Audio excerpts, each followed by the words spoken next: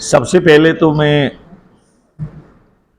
इस बात के लिए अपने को गौरवान्वित महसूस करता हूं कि आज के कार्यक्रम में मेरा जो अल्प ज्ञान है वो मातृशक्ति के संबंध में उनको मैं एड्रेस कर रहा हूं। ये मेरा बहुत बड़ा सौभाग्य है।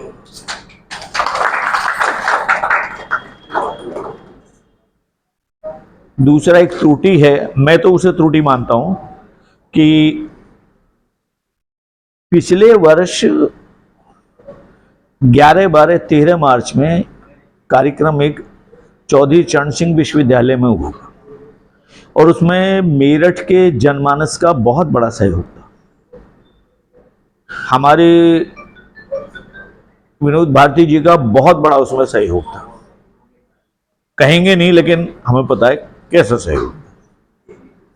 और तभी हमने एक भगवान धन्वंतरी जैसे हल्की सी शपथ ली थी कि प्रभु इस कार्यक्रम को सफल कराएं और मैं डॉक्टर की जगह वैद्य अपने आप को लिखूंगा, जो मूल रूप से मैं हूं।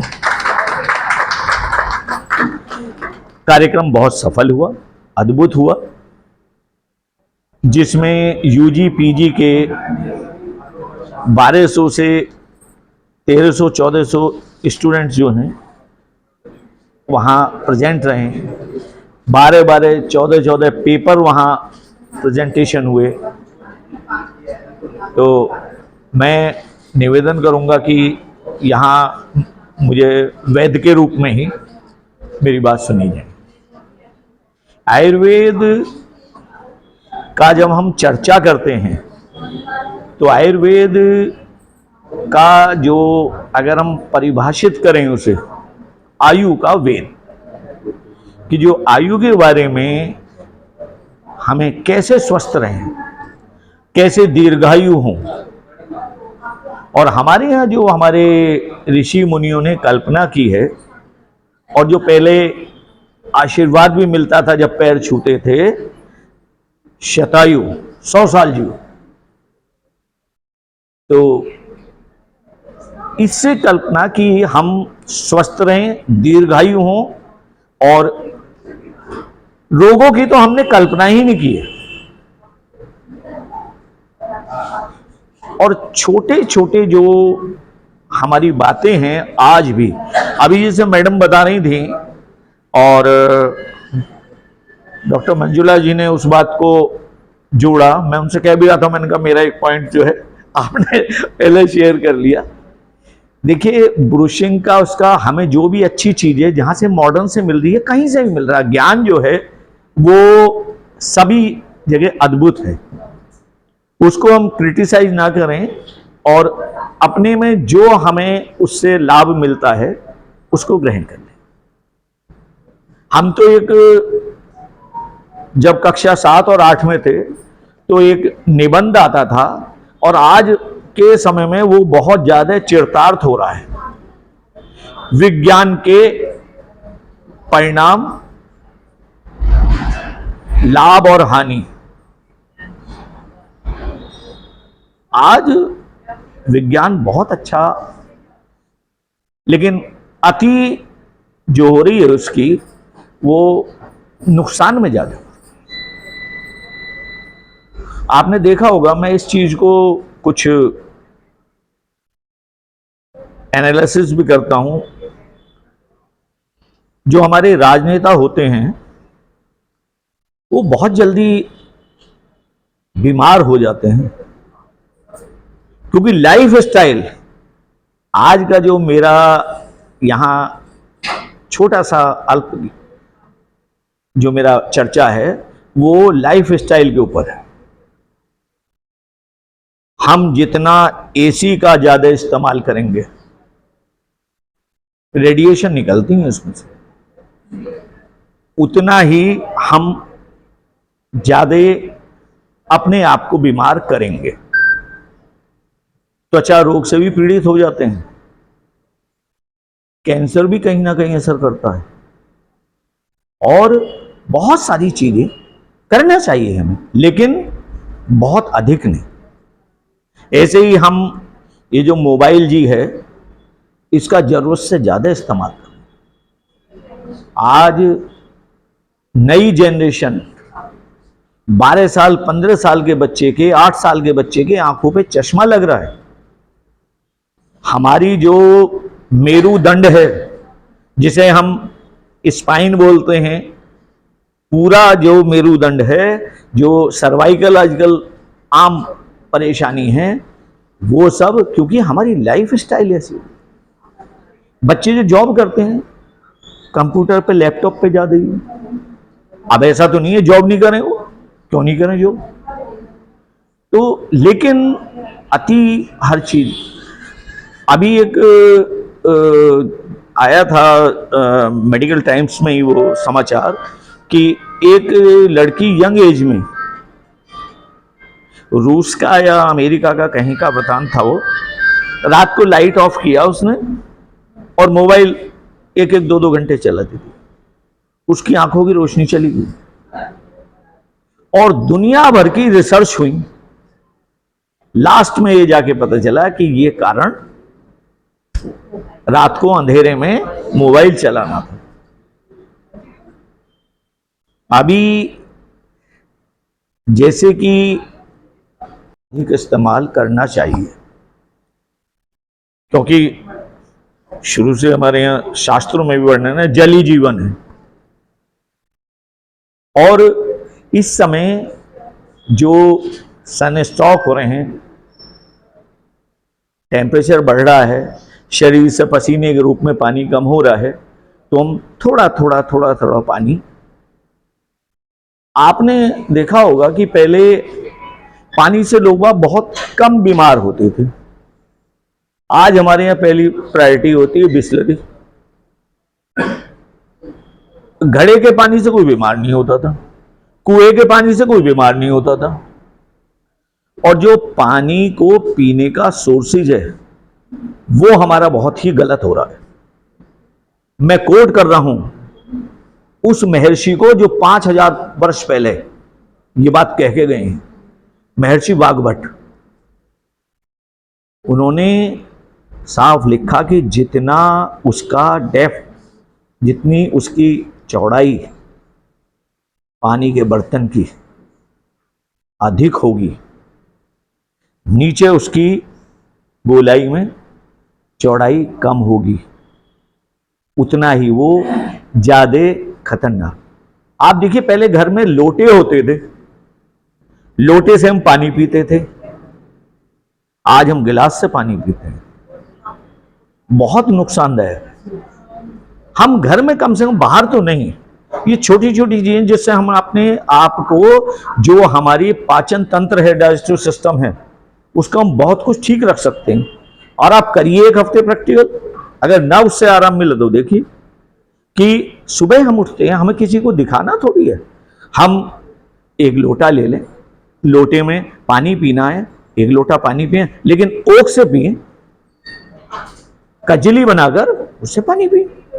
पहले प्याऊ होते थे, गिलास नहीं रखे थे, प्याऊ से पिलाते थे।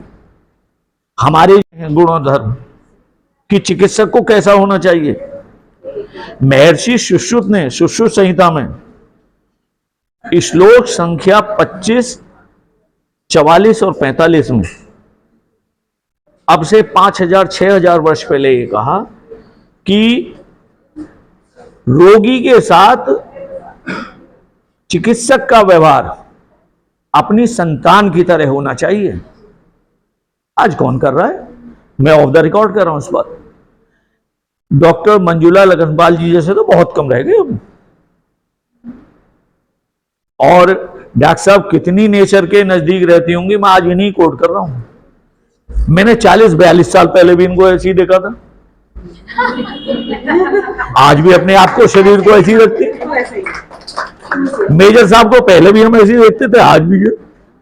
तो जितना विनोद जी को पहले भी ऐसे ही देखते थे, आज भी।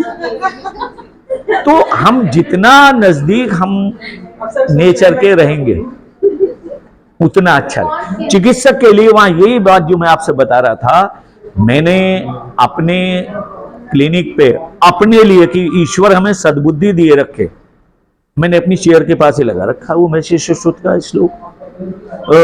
और उसमें साफ लिखा हुआ कि संतान, रोगी जो है जब हमारे पास आता है तो वो तनाव में होता है क्योंकि रोग से ग्रसित है, अपने परिवारजनों पर विश्वास नहीं करता, लेकिन वो सब कुछ हमें सौंप रहा है।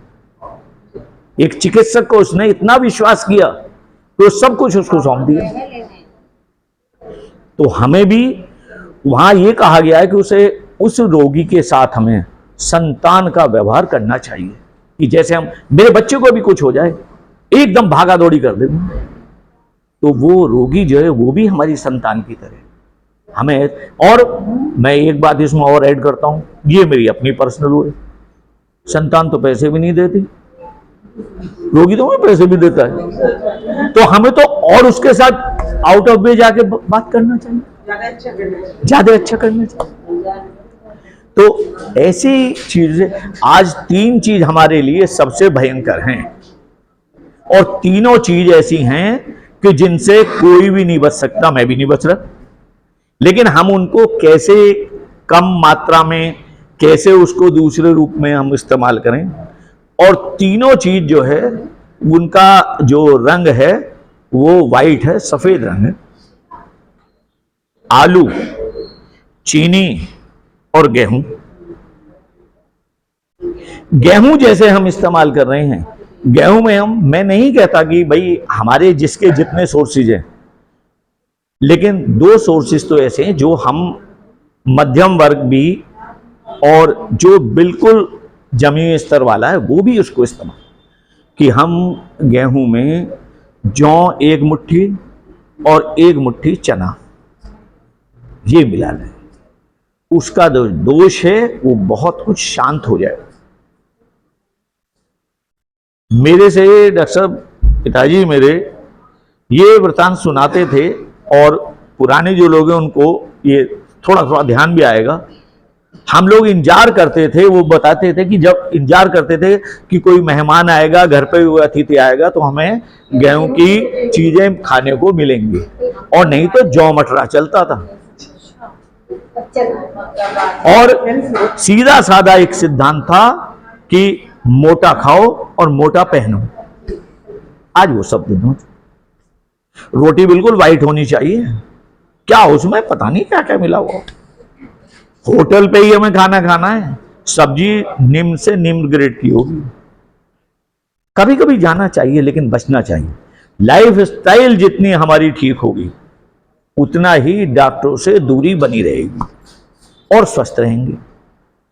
अब जैसे दांतों की बात थी, दांतों का, कि पहले हमसे कहते थे, हमारे माता पिता कहते थे, मैं आज भी याद है कि कुल्ला कर लिया नहीं, आज ही कर लिया। दोपहर में भी कहते थे जब भी कुछ खाते थे, और उसके साथ एक चीज और जोड़ते थे कि रसोई में प्रवेश वर्जित था बिना हाथ पैर धोए। पहले बड़े बुजुर्ग जब घर जाते थे तो अपने कपड़े, जो ऊपर के कपड़े थे, उनको उतार के चेंज करके तब फिर भोजन करते। हमारे यहां एक एक चीज का महत्व है। महिलाएं जो गहने पहनती हैं, इनका सबका जो है साइंटिफिक रीजन, सबका। लौंग क्यों पहनी जाती है, कान में बाली क्यों पहनते हैं, तगड़ी क्यों पहनी जाती थी, और आज सब चीजें। जनेऊ क्यों पहनते थे, जनेऊ को जनेऊ पहन रहे जी पंडित जी हैं, चंदन लगाते थे पंडित जी, लगा नहीं। चंदन का क्या गुण है, शीतलता प्रदान करना। मस्तक भी लगाते थे, वक्ष पर भी लगाते थे। तो जितना हम नेचर के नजदीक रहेंगे उतना ही ठीक ठाक रहेंगे। और आजकल एक बहुत बड़ी समस्या बढ़ रही है, बहुत बड़ी समस्या, ओबेसिटी। और ओबेसिटी की सबसे बड़ी समस्या है कि हमारा आहार विहार बिल्कुल खत्म। 12 बजे, पहले कहते थे निशाचर, निशा में जो चल रहे हैं वो निशाचर, जो राक्षस। आजकल हमारे खाने का कोई टाइम नहीं। 11 बजे 12 बजे खाना खा रहे हैं, मोबाइल जरूर चलना चाहिए। मैं अपने छोटे बेटे को भी धमका रहा था, मैं तो शर्म नहीं आती, खाना खा ले ऐसे मोबाइल को चला ले। तो जहां हम बच सकते, और देखिए एक बड़ा वो है, हमें तो खैर सभी लोगों को, डॉक्टर साहब भी उसमें शामिल हैं, विनोद जी भी शामिल हैं, गोयल मैडम भी शामिल हैं, कि माता पिता के सामने तो बोलने की हिम्मत ही नहीं होती थी, आंख दिखा दी तो वही बहुत था। मैं ये कहता हूं कि उसको तो नहीं हमें, लेकिन कम से कम इतना भी हमें सरेंडर नहीं करना चाहिए कि जिससे हमारे बच्चों का जीवन बर्बाद हो रहा है। कोई बात नहीं, मंगवा ले, पिज्जा मंगवा ले, चाउमीन मंगवा ले, बर्गर मंगवा ले, उसने टिक टिक किया, ऑर्डर आ गया, जोमेटो से, फलाने से, ढिमका। मैं तो अपनी बात कह रहा हूं भाई, लेकिन अपनी बात में दूसरे पे क्यों ला दूंगा? मैंने तो आज तक कोई जंक फूड, फास्ट फूड खाया नहीं, मुझे पता ही नहीं कैसे बर्गर खाया जाता है, कैसे चाउमीन होती है, क्या टेस्ट। खीर का टेस्ट है वो पता है, बढ़िया वाली खीर खाते 2 कटोरे खा लेंगे। तो हम जितना भी नेचर के नजदीक रहेंगे, और महिलाओं से संबंधित भी ऐसे ही नहीं कहा गया। डॉक्टर साहब के सामने मेरा कोई भी उद्बोधन बहुत हल्का होगा, डॉक्टर साहब बहुत सीनियर गायनोकोलॉजिस्ट हैं, लेकिन एक सिर्फ शब्द मैं कहूंगा कि जब मातृत्व होता था, जब डिलीवरी होती थी, तो ये कहते थे मां ऐसी शब्द नहीं है, देवताओं से भी मां की व्याख्या नहीं की गई, कि मां का दूसरा जन्म होता था।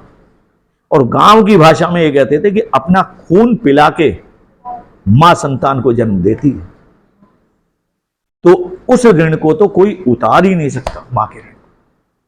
इसी वजह से आज तो गर्मियों में पाथ वगैरह चलता था जी, बहुत सारी चीजें जो हैं कि भाई कहीं भी ठंड ना लगे। हमें खूब याद है दशमूला रिस्ट, अशोका रिस्ट, ये सब चीजें चलती थी। आज कौन जानता है? हाँ, कुछ अभी भी आयुर्वेद के कुछ प्रिपरेशन चल रहे हैं। तो इस चीज को, और कुल मिला के हमें इस मौसम में अपने पेट को बहुत चाक चौबंद रखना चाहिए। अगर हमारा पाचन तंत्र ठीक है तो सारे, अब आगे आने वाले 3 महीनों में सबसे ज्यादा, जिसको हम चौमासा बोलते हैं, वर्षा ऋतु बोलते हैं, इसमें सबसे ज्यादा लीवर फैटी होंगे। लीवर जो है सबसे ज्यादा सुस्त होता है, और उसको एक सुस्त करने का काम और कर देते हैं हम, कि दिन में सोते हैं। महर्षि चरक ने साफ कहा है कि वृद्ध व्यक्ति को, बच्चे को और रोगी व्यक्ति को भी कोशिश करनी चाहिए कि दिन में लेट तो जाए, लेकिन सोना नहीं चाहिए। सुस्ती आ रही है लीवर पे और उसे आपने और सुला दिया तो और ज्यादा नुकसान। इस मौसम में हैजा बहुत होता है। अब जिसे हम आम भाषा में फूड पॉइजनिंग कह देते हैं, और सब कुछ प्रकृति ने हमें यही दिया है। मौसम की कैसी कैसी अद्भुत चीजें, बरसात आएगी जामुन खाइए, कहाँ शुगर आ जाएगी, कैसी आ जाएगी, पेट आपका बिल्कुल ठीक रहेगा। जामुन का सिरका लीजिए। सर, इसी में पूछना चाहेंगे, यहाँ पर ना 80% लोग शुगर के पेशेंट हैं, तो मैम तो सिर्फ आयुर्वेद की वजह से ही आज इनका बहुत ज़्यादा सोच में रही है, उनको बहुत ज़्यादा शुगर है, वो बहुत ज़्यादा परेशान है। सबसे बड़ा शुगर का आप दवाई देखिए, एक तो मैं उस चीज को बिल्कुल नहीं कहूंगा, और वो हम कहीं ना कहीं अपने रोगी के साथ अन्याय कर रहे हैं, और बात घूम आती है वहीं कि जैसे मेरे पास कोई रोगी है, बहुत सारे आते हैं, वो कहते हैं कि साहब मैं ये एलोपैथिक दवाई ले रहा हूँ। भैया इसको लेते रहो, समय समय पे अपनी शुगर की जांच कराते रहो। देखिए, एक मशीन से शुगर की जांच आजकल हम लोग, उससे एक पता तो चल जाता है, लेकिन 2 महीने, 3 महीने में, 4 महीने में एक बार लैब पर टेस्ट जरूर कराना चाहिए। और ज्ञानी हो गए हैं कि वो जो बता दें वो सब कुछ ठीक है। अपने डॉक्टर साहब ने अभी जैसे अपने संबोधन में कहा था कि समय समय पर अपने चिकित्सक से परामर्श जरूर करें, और लाइफ स्टाइल जितनी हम ठीक रखेंगे, बाकी हमारे पास अब जैसे आजकल करेले आ रहे हैं, खूब करेले का हमें इस्तेमाल करना चाहिए। भगवान ने यही सब कुछ हमें दे रखा है, हम क्या खाएं क्या ना खाएं ये हमारे ऊपर है। सर्दियां आएंगी, मेथी का भरपूर इस्तेमाल करें, हरी मेथी आप रोटी में, पराठे में, भुजी बना के आप उसको लीजिएगा, बहुत शुगर के लिए उपयोगी है। बाकी एकांगी वीर है, बसंत मालती है, बहुत सारी इसमें औषधियां और भी हैं, लेकिन सबसे बड़ा सब औषधियां फेल हैं। आप जो है केवल खुश जरूर रहिए, एक बार ठाका मार के पूरे दिन भर में हंस के ईश्वर का ध्यान करिए और सब कुछ, क्योंकि शुगर जो है बिल्कुल साइलेंट किलर है आपका शरीर के लिए, तो इसका ध्यान रखिए। मैंने बहुत कुछ कह दिया, अपनी वाणी को विराम देता हूं।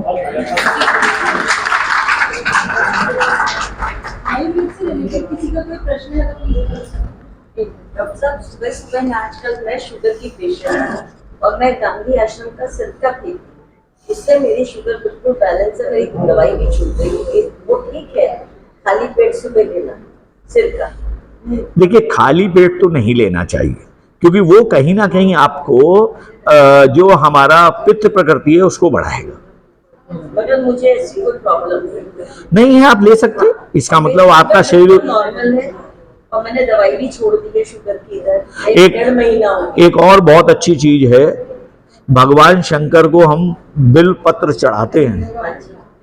अगर एक बिल पत्र हम रोजाना चबा लें तो शुगर के लिए बहुत ही रामबाण औषधि है।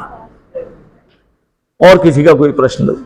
मेरे बेटे को ना थायराइड है, हाइपरथायराइड है, क्या वो आयुर्वेदिक में उसका ट्रीटमेंट है या नहीं होता? ठीक है। देखिए, आयुर्वेद में कई अच्छी कंपनियों की औषधियां थायराइड के लिए आ गई हैं, लेकिन आयुर्वेद में आप जब भी आए, एक तो इमीडिएटली आप सपोर्टिंग ड्रग उसको ना छोड़ें, चाहे थायरॉक्सिन है, चाहे थायोकेयर है, जो भी है उसको आप उसकी डोजेज कम करिए। बच्चे का लाइफ स्टाइल, 10 years का ही है वो। लाइफ स्टाइल तो 3 साल के बच्चे को भी बिगड़ जाएगा जी। थायराइड की अच्छा, वो ठीक हो जाएगा, वो ठीक हो जाएगा, लेकिन आप थोड़ा सा उसका वो जो है आहार विहार का ध्यान रखिए, थोड़ा लाइफ स्टाइल उसका ठीक होगा तो वो सभी को आएगा।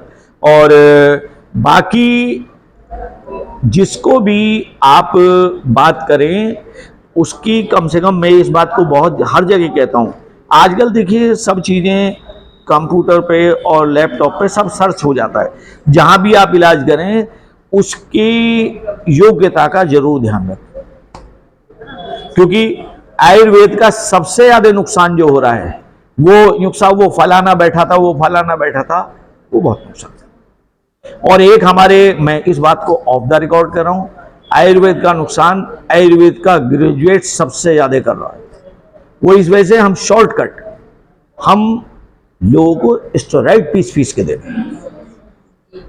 तो हम जो है उस बात को कि कम से कम जब एक विश्वास के साथ जो रोगी आया है, ऐसे पुराने बहुत सारे अच्छे चिकित्सक हैं उनके पास में, लेकिन कोई भी अगर उसकी मेडिसिन फिलहाल चल रही है उसको एकदम बंद ना करें।